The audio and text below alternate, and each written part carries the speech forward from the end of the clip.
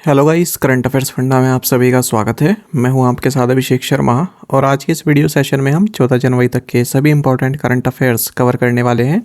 हमेशा की तरह आप इस वीडियो को अंत तक जरूर देखिएगा, आज भी आपको काफ़ी कुछ जानने के लिए मिलेगा। साथ ही गाइस, इस सेशन को शुरू करने से पहले आप सभी को बताना चाहूँगा, यदि आप हमारे daily current affairs PDF, weekly PDF, monthly PDF और हर महीने के banking and economic awareness PDF चाहते हैं तो करंट अफेयर्स फंडा का आप 1 ईयर मेंबरशिप प्लान ले सकते हैं। आपको बता दें, इसमें ऑफर चल रहा है 365 डेज़ यानी कि पूरे 1 साल के लिए केवल 299 रुपीज़ में आप हमारी मेंबरशिप प्राप्त कर सकते हैं। 13 जनवरी से 17 जनवरी तक का ये ऑफर है, उसके बाद प्राइस बढ़ जाएंगे। इसका लिंक आपको वीडियो के डिस्क्रिप्शन में दिया है या फिर फर्स्ट कमेंट में भी मिल जाएगा। जितना भी हमारा पीडीएफ मटेरियल है वो आप 1 साल तक डाउनलोड कर सकते हैं, प्रिंट आउट भी निकलवा सकते हैं। बैंक का एग्ज़ाम हो, एसएससी हो, रेलवे हो या स्टेट पीसीएस हो, हर एग्ज़ाम में हमारा ये मटेरियल आपके लिए यूज़फुल रहेगा। तो कोई भी डाउट होगा तो कमेंट बॉक्स में ज़रूर लिखिएगा। चलिए फिर करते हैं शुरुआत इस वीडियो सेशन की। सबसे पहले आज का क्वेश्चन देख लेते हैं। महत्वपूर्ण क्वेश्चन है, कई बार एग्जाम में पूछा गया है। The book annihilation of caste is by which author. आपको बताना है जो ये बुक है एनिहिलेशन ऑफ कास्ट, ये किसने लिखी है। ऑप्शंस में पढ़ देता हूँ, पेरियार, बी.आर. अम्बेडकर, महात्मा गांधी या फिर जवाहरलाल नेहरू।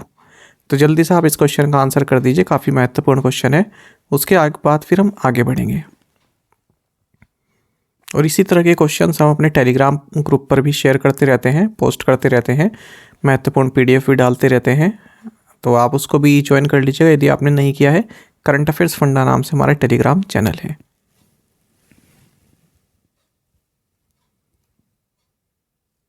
तो आई होप आपने आंसर कर दिया होगा। चलिए आगे बढ़ते हैं।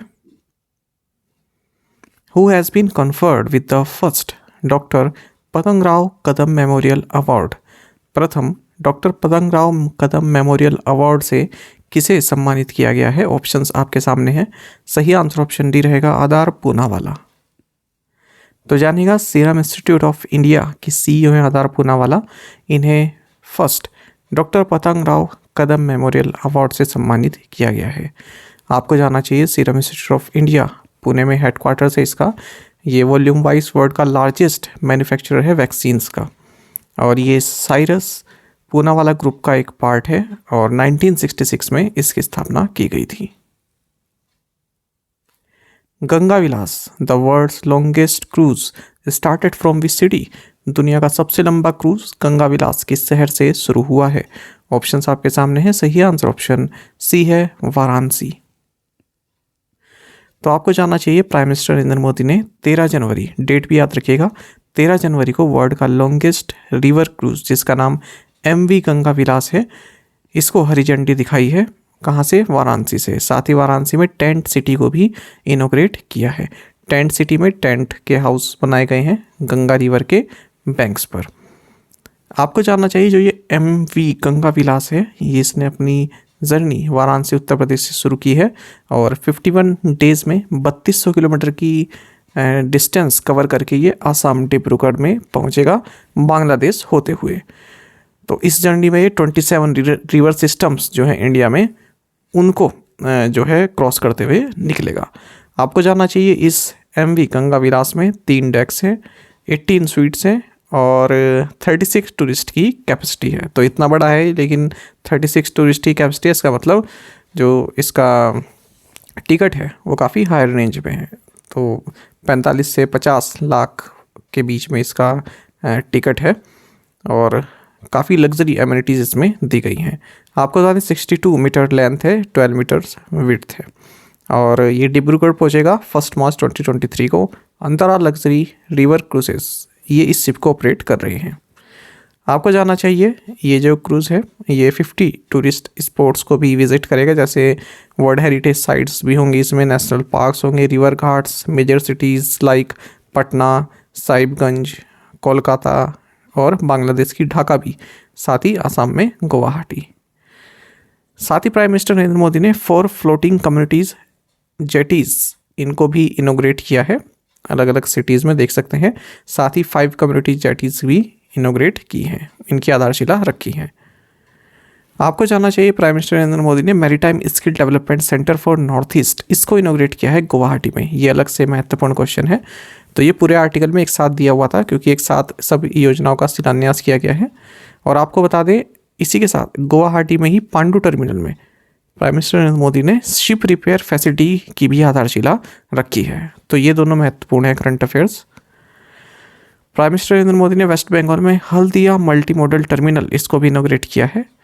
अच्छा, आपको जानना चाहिए जो ये शिप था, जो ये हम लॉन्गेस्ट शिप की बात कर रहे हैं, क्रूज शिप की बात कर रहे हैं, तो इसके लिए मिनिस्ट्री ऑफ कल्चर ने एक grand curtain raiser culture programme भी ऑर्गेनाइज किया था। उस प्रोग्राम का नाम था Sursarita symphony of Ganga. State Bank of India has launched e-Bank Guarantee (EBG) facility in association with National E-Governance Services Limited (NESL), which bank had issued India's first EBG यानी कि e-Bank Guarantee last year। भारतीय state bank ने national e governance services limited के साथ मिलकर ई bank guarantee सुविधा शुरू की है।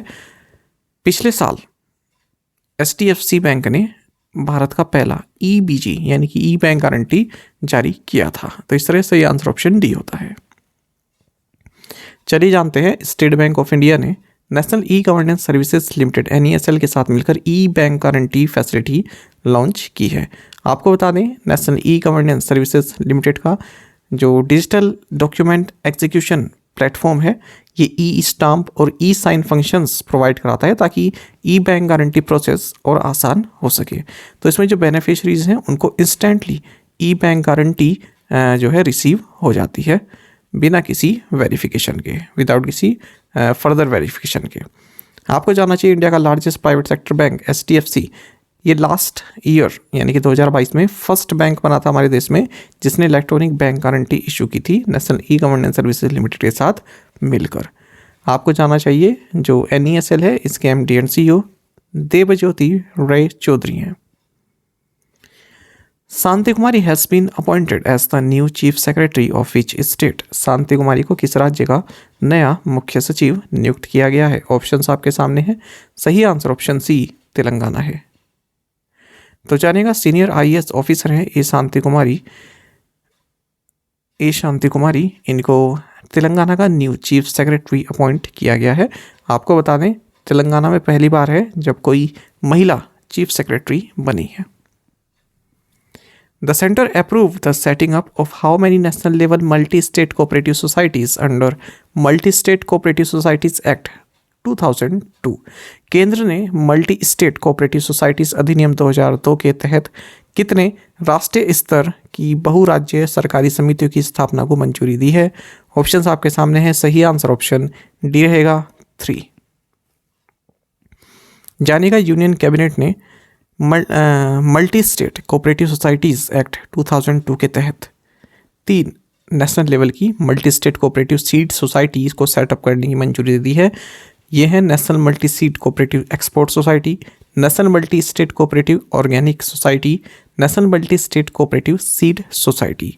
आपको जानना चाहिए तीनों ही सोसाइटीज़ जो अच्छी क्वालिटी के सीड्स होते हैं उनके production, procurement, processing, branding, labelling, packaging, storage, marketing and distribution के लिए एक नोडल एजेंसी की तरह कार्य करेंगी।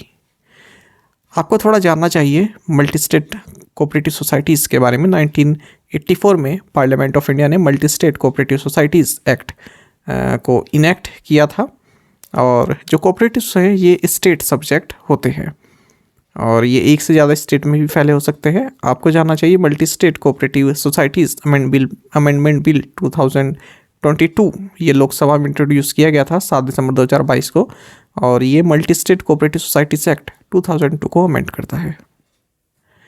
आर्टिकल 19 इससे संबंधित है, right to form cooperatives, associations और unions.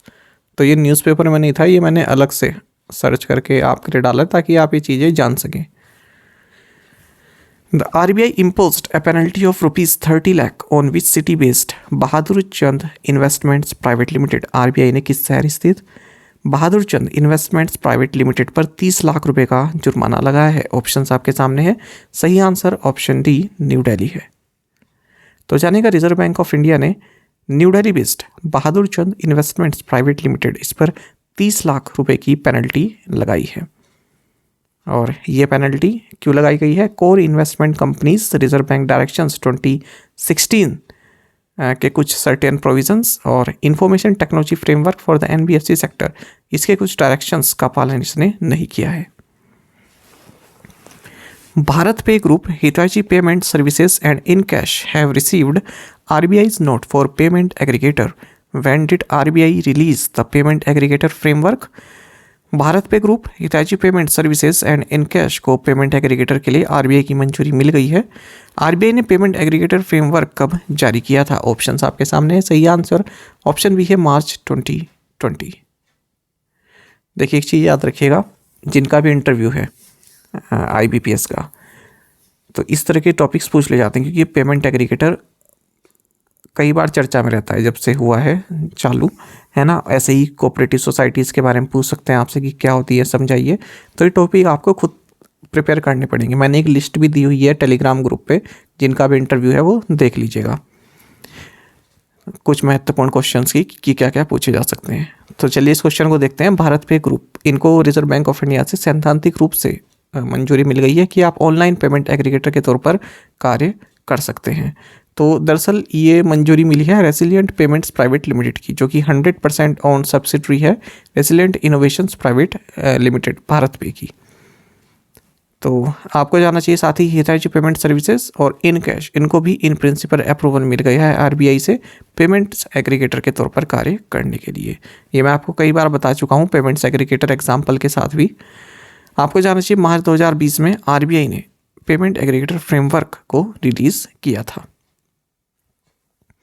First time in India, FSSAI has notified comprehensive regulatory standards for basmati rice. When will these standards be implemented? Bharat में पहली बार FSSAI ने बासमती चावल के लिए व्यापक नियामक मानकों को अधिसूचित किया है। इन मानकों को कब लागू किया गया जाएगा? ऑप्शंस आपके सामने हैं। सही आंसर ऑप्शन सी 1 अगस्त 2023 है। तो जानेगा पहली बार food safety and standards authority of India यानी कि FSSAI, इसने बासमती राइस के लिए कुछ आइडेंटिटी स्टैंडर्ड्स स्पेसिफाई किए हैं। किसके through? Food safety and standards, food products standards and food additives first amendment regulations 2023 के थ्रू। तो इन स्टैंडर्ड्स के तहत ये कहा गया है कि जो बासमती राइस है उनमें उनकी जो नेचुरल फ्रेगरेंस है, जो कैरेक्टरिस्टिक है बासमती राइस की जिसके लिए जाना जाता है, वो होनी चाहिए। किसी भी तरह की आर्टिफिशियल कलरिंग, पॉलिशिंग ये और आर्टिफिशियल फ्रेगरेंस ये नहीं होनी चाहिए, उसमें उससे फ्री होना चाहिए। आपको बता दें ये जो स्टैंडर्ड्स हैं, तो जो बासमती राइस का जो ट्रेड होता है उसमें फेयर प्रैक्टिसेस के लिए लाए गए हैं ये स्टैंडर्ड्स, ताकि ग्लोबली और डोमेस्टिकली जो कंज्यूमर इंटरेस्ट है वो प्रोटेक्ट किया जा सके। ये स्टैंडर्ड्स कब से लागू होंगे? 1 अगस्त 2023 से। India's first center of excellence in online gaming to be set up in which city? Online gaming में भारत का पहला उत्कृष्टता केंद्र किस शहर में स्थापित किया जाएगा? ऑप्शंस आपके सामने है। सही आंसर ऑप्शन सी शिलोंग है। तो जानेगा digital India startup hub through the software technology parks of India cell set up India's first centre of excellence in online gaming at Shillong Meghalaya by March 2023। तो मार्च 2023 तक भारत का पहला centre of excellence in online gaming ये शिलोंग में स्थापित किया जाएगा। आपको जानना चाहिए ये जो सेंटर ऑफ एक्सीलेंस है, तो इसके थ्रू नॉर्थ ईस्ट रीजन में जो भी स्टार्टअप्स हैं, एंटरप्रेन्योर्स हैं, जो ऑनलाइन गेमिंग इकोसिस्टम को बिल्ड करना चाहते हैं, उनको इसका फ़ायदा मिलेगा। Which has become the first ever district in India for on-ground deployment of innovative 5G use cases offered by startups? Startups द्वारा प्रस्तावित नवाचारी 5G उपयोग मामलों की जमीनी स्तर पर तैनाती करने वाला भारत का पहला जिला कौन सा बन गया है? ऑप्शंस आपके सामने है। सही आंसर ऑप्शन बी है विदिशा। तो जानेगा विदिशा एक एस्पिरेशनल डिस्ट्रिक्ट है मध्य प्रदेश से। ये फर्स्ट एवर डिस्ट्रिक्ट बन गया है इंडिया में जिसने 5G यूज़ होने वाले जो प्रोडक्ट्स होते हैं ना स्टार्टअप्स द्वारा जो बनाए गए हैं उनको ऑन ग्राउंड डिप्लॉय किया है, यानी कि उनको बेसिक यूज में लाए हैं। जो 5G प्रोडक्ट्स स्टार्टअप्स ने बनाए हैं जिनमें 5G का यूज़ हो सकता है। आपको बताते हैं ये पूरा जो कार्य हुआ है ये एक जॉइंट इनिशिएटिव है Vidisha district administration and centre for development of telematics, department of applications, department of telecommunications, इनके द्वारा ये एक जॉइंट इनिशिएटिव है। Who has been appointed chairman and managing director of Electronics Corporation of India Limited ECIL? Electronics corporation of India limited ECIL का अध्यक्ष और प्रबंध निदेशक किसे नियुक्त किया गया है? ऑप्शंस आपके सामने हैं। सही आंसर ऑप्शन बी अनुराग कुमार है। तो जानेगा public enterprises selection board PESB, इन्होंने अनुराग कुमार को सिलेक्ट किया है electronics corporation of India limited ECIL के चेयरमैन एंड मैनेजिंग डायरेक्टर के तौर पर। आपको बता दें संजय चौबे को रिप्लेस करेंगे। ECIL की बात करें हेडक्वार्टर्स हैदराबाद तेलंगाना में है। Who has been appointed as the new CEO of Cognizant? Cognizant के नए CEO के रूप में किसे नियुक्त किया गया है? ऑप्शंस आपके सामने हैं। सही answer option A Ravi Kumar. तो जानिएगा Cognizant IT कंपनी, इन्होंने अनाउंस किया है कि फॉर्मर इन्फोसिस प्रेसिडेंट रवि कुमार हमारे न्यू चीफ एग्जीक्यूटिव ऑफिसर होंगे। आपको बता दें जो रवि कुमार हैं ये इन्फोसिस के अक्टूबर 2022 तक प्रेसिडेंट एंड CEO रह चुके हैं।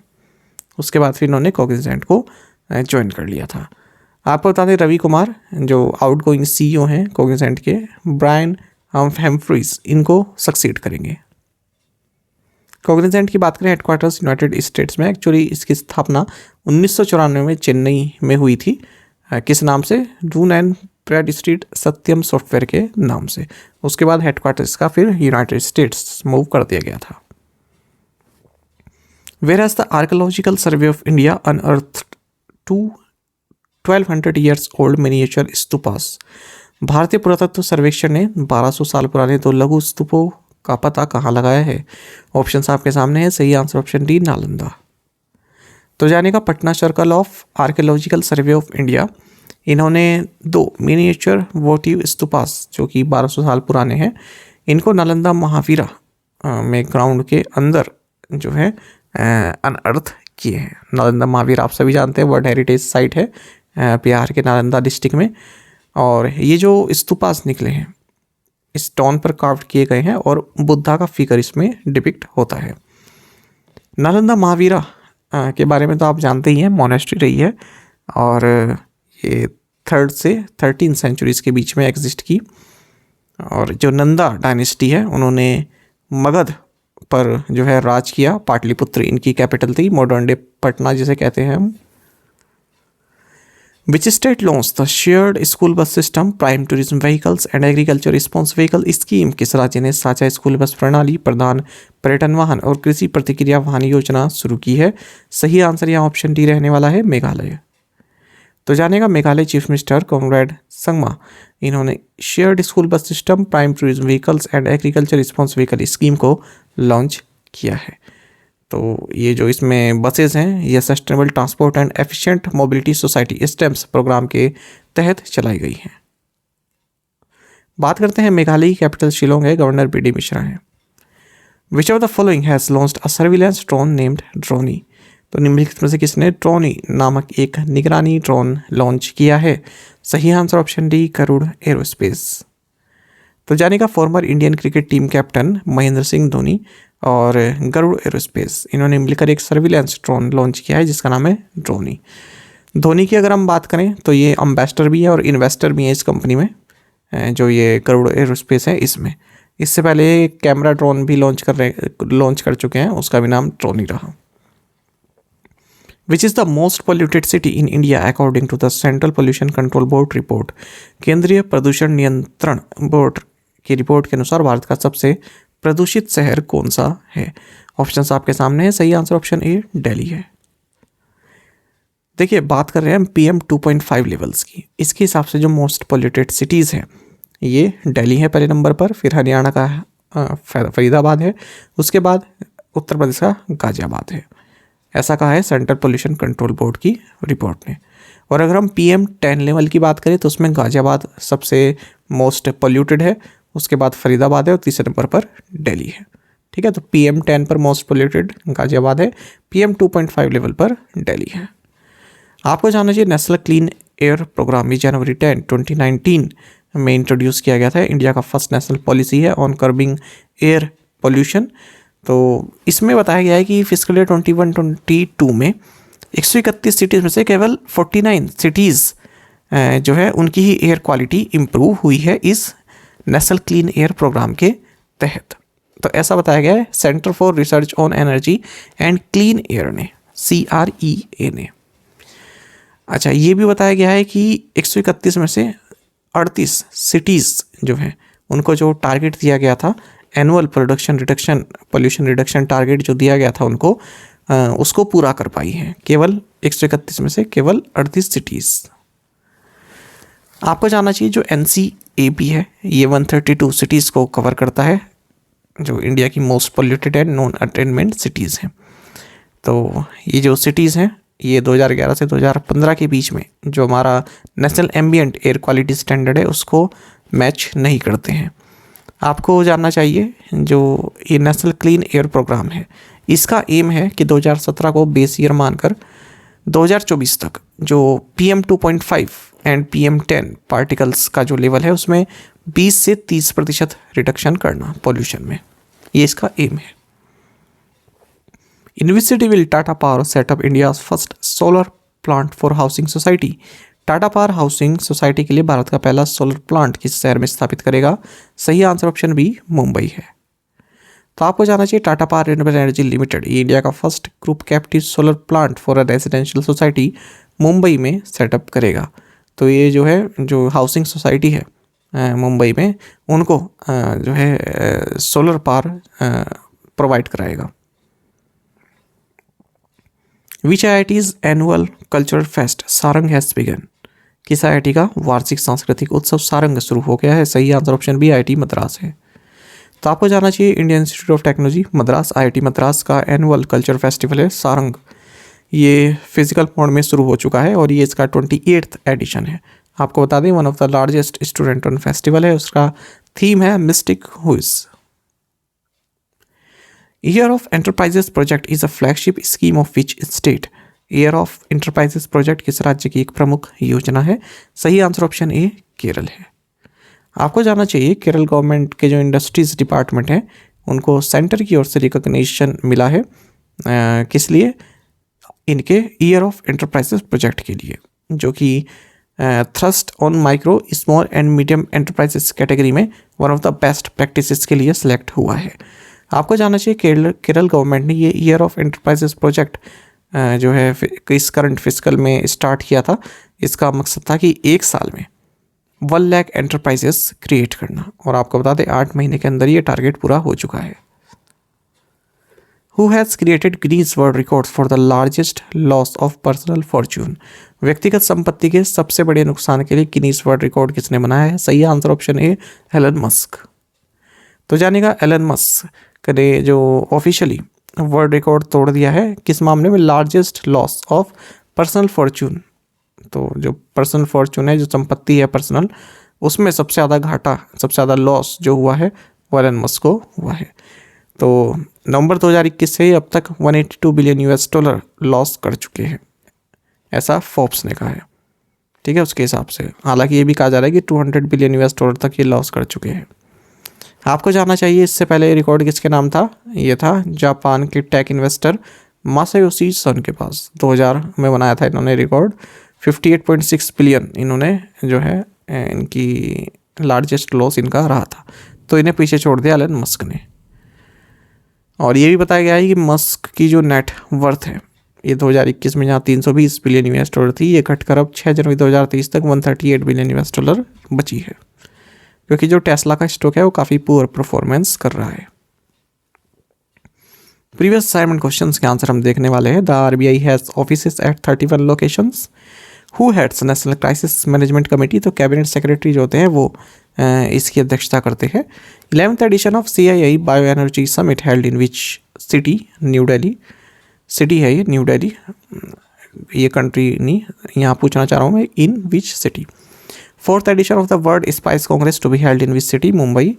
National youth day 12 January is celebrated to commemorate whose birth anniversary? Swami Vivekananda. Home Minister Amit Shah inaugurated the Jai Hind the New Light and Sound Show at Red Fort in New Delhi. Which state government has opted to not use the term central government in its official communications, preferring to use the term union government instead? Answer is Tamil Nadu. और आप में से कई students ने बिल्कुल सही answer किया है। इसी तरह से आप पार्टिसिपेट करते रहिए ज़्यादा से ज़्यादा संख्या में। चलिए आज के असाइनमेंट क्वेश्चंस देखेंगे। Which city is known as steel city in Orissa? Singer Lisa Marie Presley who died recently belongs to which country? Which group sold Paytm stake worth $125 million via block deal? In which category did the song Natu Natu win the award at the 80th Golden Globe Awards? Aspirational block program will initially cover how many districts across 31 states and union territories? Which tennis star has now become a new team owner in the world's first all-electric race sport championship? Nair Moni Saikia, who has been awarded the Arjuna Award, is associated with which of the following sports? The Union Cabinet approved an outlay of 2600 crore rupees to promote payments using RuPay cards and the UPI. What is the full form of UPI? यकीन मानिए अभी भी UPI की full form में जो है गलती हो जाती है। होता है, आप जानते होंगे, लेकिन एग्ज़ाम में थोड़ा कन्फ्यूज़न कभी कभी हो जाता है और फिर घर आके काफ़ी दुख भी होता है कि हमने कितनी बेसिक चीज़ गलत की है। तो ये चीज़ें जो है आपको याद रहनी चाहिए, आप होंगी आपको याद, लेकिन एग्ज़ाम में जाकर कभी कभी गलती हो जाती है। तो इन 8 क्वेश्चन का आंसर आप जरूर दीजिएगा। यदि एक क्वेश्चन का आंसर भी आता है तो भी आप हमें कमेंट बॉक्स में बता सकते हैं। साथ ही करंट अफेयर्स फंडा को आप टेलीग्राम पर भी ज्वाइन कर सकते हैं। यहाँ पर रेगुलर वीडियो अपडेट्स और करंट क्विज़ हम आप सभी के लिए डालते रहते हैं। साथ ही डिस्कशन ग्रुप में आप किसी भी क्वेश्चन का सोल्यूशन पा सकते हैं। दोस्तों, यहाँ पर हमारी करंट अफेयर्स की प्लेलिस्ट दी गई है, इसको आप जरूर देखें। अपने दोस्तों के साथ, फेलो एस्पिरेंट साथ हमारे करंट अफेयर्स को शेयर जरूर करें। आज का इस सेशन आपको कैसा लगा कमेंट बॉक्स में जरूर बताइएगा। Thank you guys.